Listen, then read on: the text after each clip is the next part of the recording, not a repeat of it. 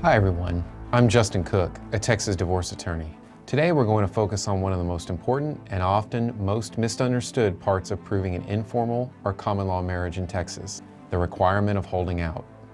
You've probably heard stories where one partner insists, "We were married because we lived together," while the other says, "No, we were just dating." Holding out is usually the deciding factor. Let's break down what it means, how the courts decide it, and what kind of evidence matters.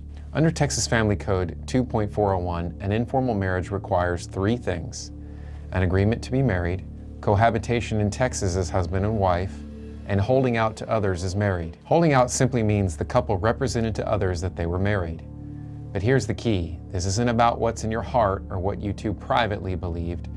It's about how you presented yourselves to the community. Courts look for objective evidence that other people would recognize you were married. Examples that support holding out: introducing each other as my husband or my wife at social gatherings, signing leases, mortgage, or contracts as a married couple, filing joint income tax returns, using the same last name in public life, listing each other as spouse on employment insurance or medical paperwork, social media posts that say, "Happy anniversary to my husband or wife." In short, holding out requires public conduct that signals a marriage relationship, not just living together quietly.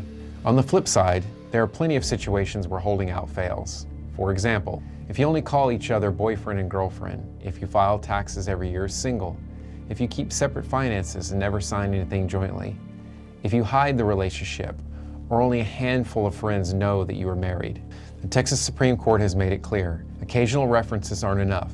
A single post on Facebook saying "my wife" doesn't prove a marriage if everything else shows you weren't presenting yourself that way consistently. Holding out requires a general reputation in the community that you were married, not just isolated statements.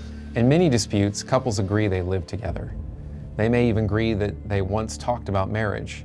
But the real fight is, did they actually hold themselves out as married? Courts rely on holding out because it's the external proof, the piece that can be verified by third parties. A neighbor, a coworker, or a landlord can testify, yes, they always introduced each other as husband and wife. If one partner claims a marriage and the other denies it, holding out is usually where the claim succeeds or fails.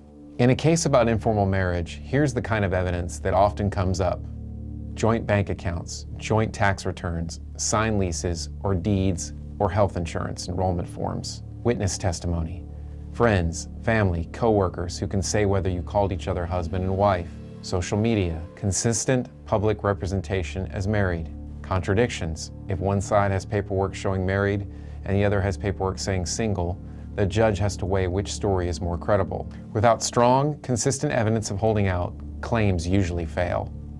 Bold, the consequences of holding out. If a court finds that you did in fact hold yourselves out as married and the other two elements are met, then you are legally married. That means you must go through a divorce to end the relationship, and Texas community property law will apply to your assets and debts. So here's the takeaway. In Texas, informal marriage isn't how long you live together.